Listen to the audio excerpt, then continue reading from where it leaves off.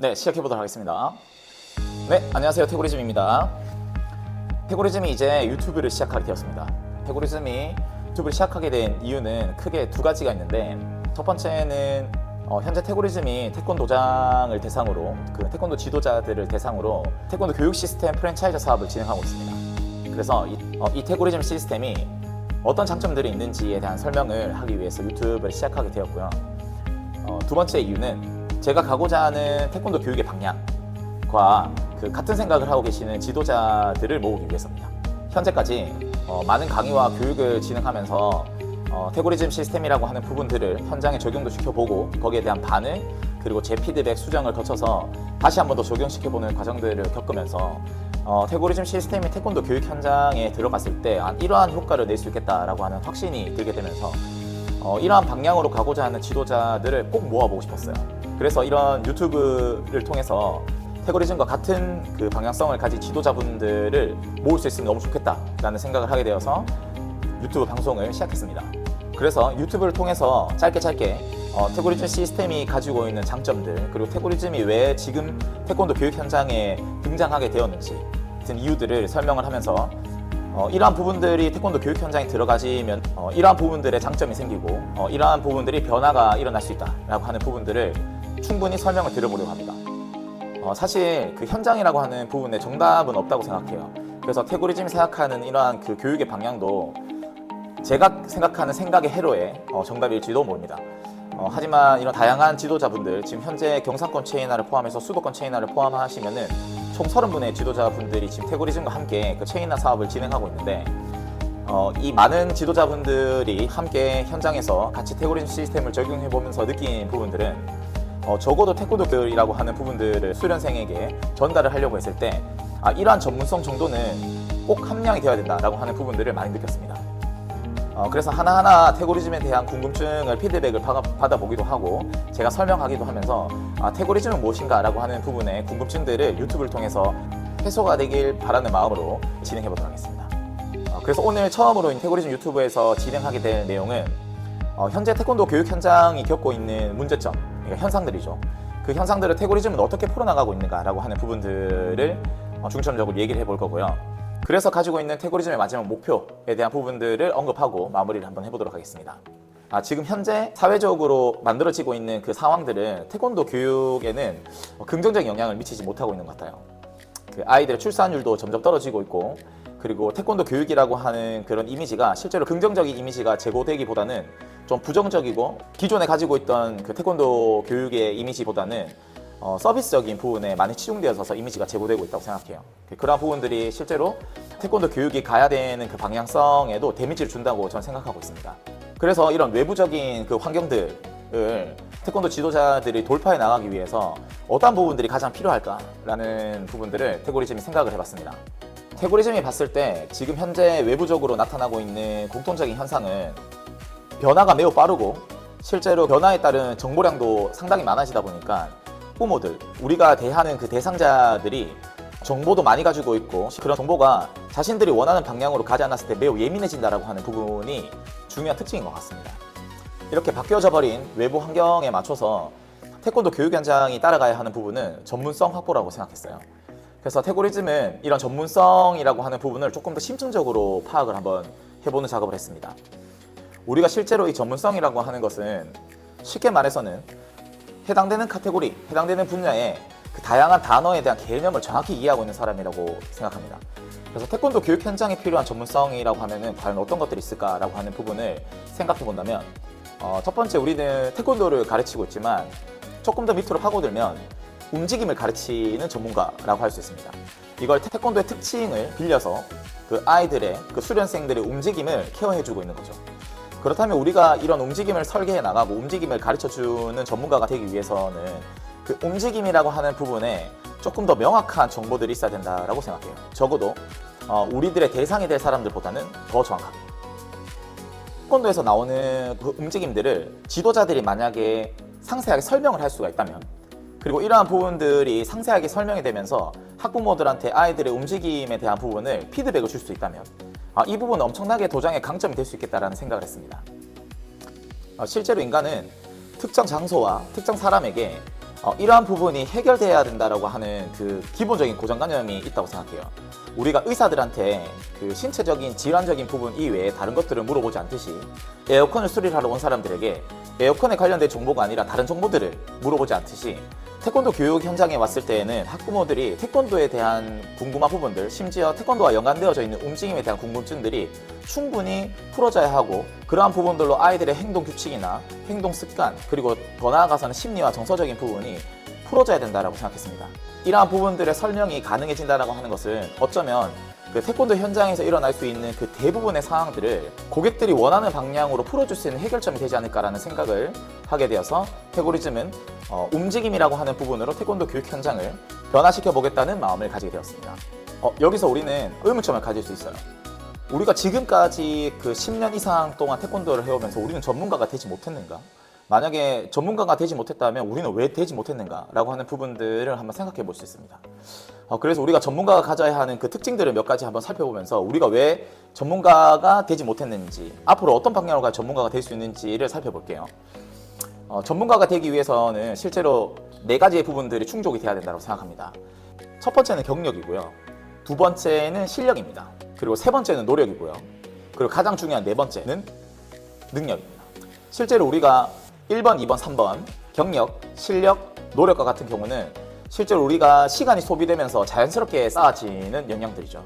우리가 경력과 실력과 노력이 쌓여지면서 이러한 부분들이 특정 형상을 정확하게 해결해 줄 수 있는 문제 해결 능력이라고 하는 능력이 생기지 않는다면 우리는 이 3개가 쌓여져 있는 빛을 발하지 못한다고 생각합니다.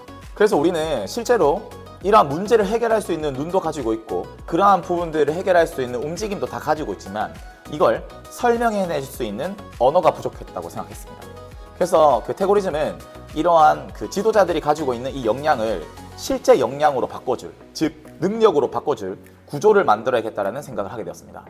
그래서 태고리즘은 태권도 지도자들이 사용할 수 있는 그 움직임 언어를 구조화시키는 데에 집중을 해서 현재 체인화 사업을 진행하고 있습니다. 네, 그럼 두 번째 의문이 또 연결해서 생길 수 있습니다. 그러면은 지금까지 태권도 현장은 이러한 부분들을 전혀 해결하고 있지 못한가? 만약에 해결하지 못했다면은 어떠한 부분들 때문에 해결할 수 없었을까라고 하는 의문점이 들 수 있어요.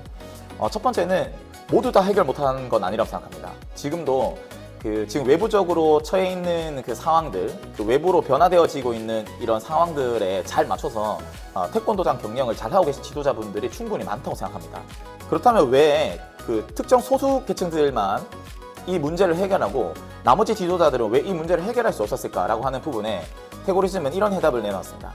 기존의 태권도 전공자들은 그 태권도를 교육하고 나서 얻을 수 있는 부분들을 매우 추상적인 개념으로 가지고 있었어요.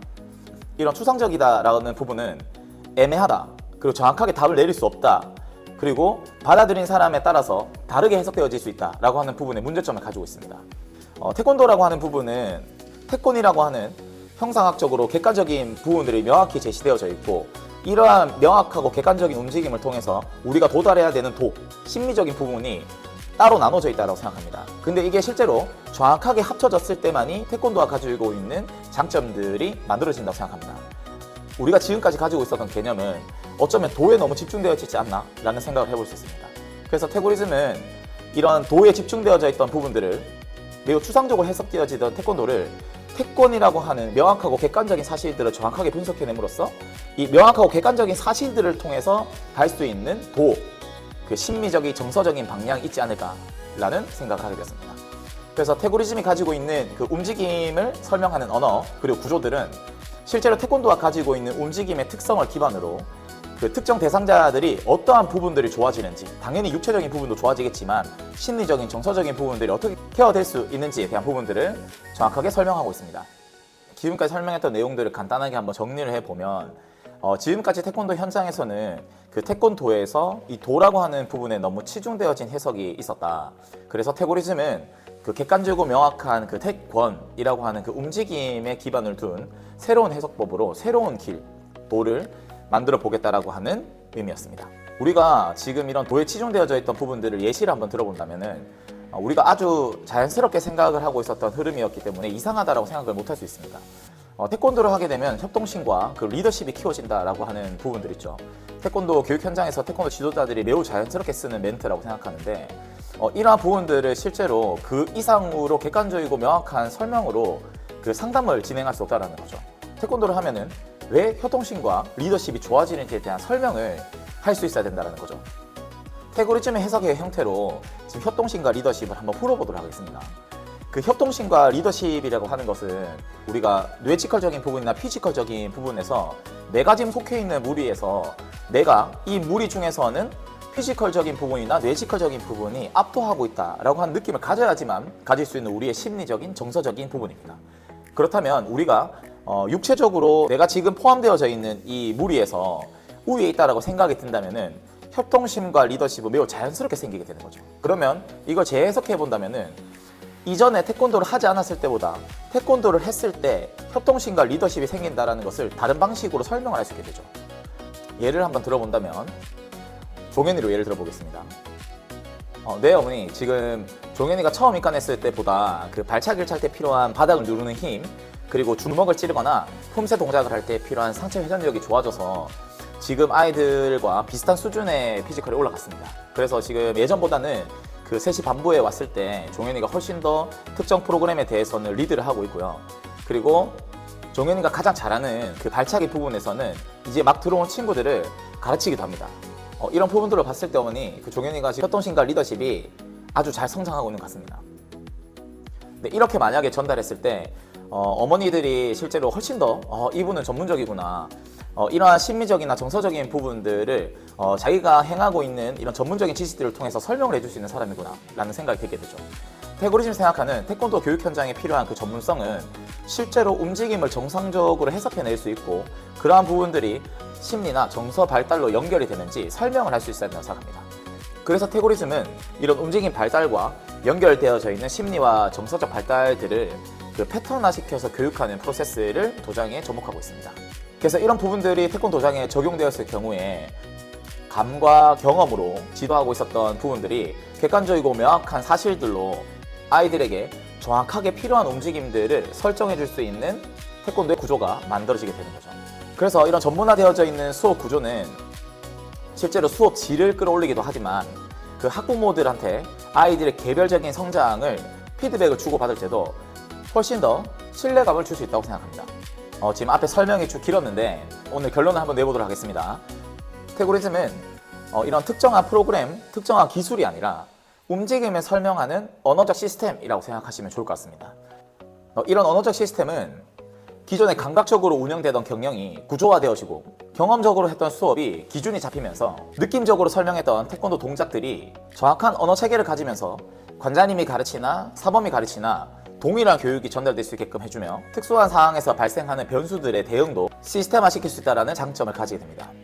그래서 태고리즘은 현재 태고리즘이 풀어내고 있는 새로운 개념의 태권, 그로 인한 새로운 도를 함께할 지도자들을 모으고 있습니다. 태고리즘은 이렇게 생각합니다. 전문직에 있는 사람들이라면 내가 속해 있는 직업의 장벽을 스스로 속해 있는 사람들이 올려야 된다고 생각합니다. 이러한 장벽들이 낮아지고 허물어지는 순간 그 전문직은 본질을 잃어버리고 다른 전문직에서 행해야 되는 모습들이 그 전문직에서 나타날 거라고 생각합니다. 그래서 우리는 다소 어렵고 불편해서 꺼려했던 우리 현장의 전문화를 우리 스스로 만들어 나가야 된다고 생각합니다. 처음 시작은 어려울 수 있지만 우리가 진정 태권도를 좋아하고 사랑하고 이걸 내 평생 직업으로 생각한다면 우리가 새로운 폰을 샀을 때 설명서 없이도 이걸 사용하는데 전혀 불편함이 없는 단계까지 올라가듯이 우리 또한 태권도의 현장에서 사람들에게 태권도를 설명함에 있어서 이런 추상적인 개념이 아니라 정확하고 객관적이고 명확한 사실들로 충분한 설명이 가능해야 된다고 생각합니다. 그러한 시스템에 진짜 능한 사람이 저는 현 시대의 태권도 전문가라고 생각합니다. 그래서 여러분들도 현재 태고리즘과 함께하고 있는 30명의 지도자분들은 교육을 받으시면서 이런 말들을 많이 합니다. 내가 이때까지 배웠던 태권도가 이런 부분을 가지고 있는지는 몰랐어요. 내가 지금까지 가지고 있었던 태권도에 대한 지식을 이렇게 활용하는 것이지 새로운 걸 배운다라는 느낌이 아닌 거죠. 실제로 우리는 내가 지금 하고 있는 태권도를 다른 언어를 사용해서 설명하는 방법을 배우는 것이지 내가 지금까지 열심히 몸담았던 10년, 15년을 몸담았던 태권도를 버린다고 생각하지 않으셔도 됩니다. 그래서 태고리즘은 순탄치 않은 이 과정을 도전하시겠다라고 생각하시는 지도자들에게 제가 가지고 있는 역량을 모두 드리고 싶습니다. 그래서 올해 안에 지금 30명인 태고리즘 체인 지도자분들을 100명까지 모아볼 생각입니다. 지금까지 설명했던 태고리즘이 가고자 하는 태권도의 방향과 뜻이 같거나 결이 같으신 분들은 태고리즘의 문을 두드려 주시기 바랍니다. 사실 태고리즘은 많은 지도자들을 원하진 않습니다.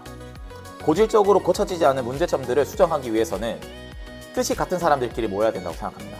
그래서 태고리즘은 소수정이라도 뜻을 같이 하고 결이 같은 사람들과 함께 이 문제점들을 해결해 나가보고자 합니다.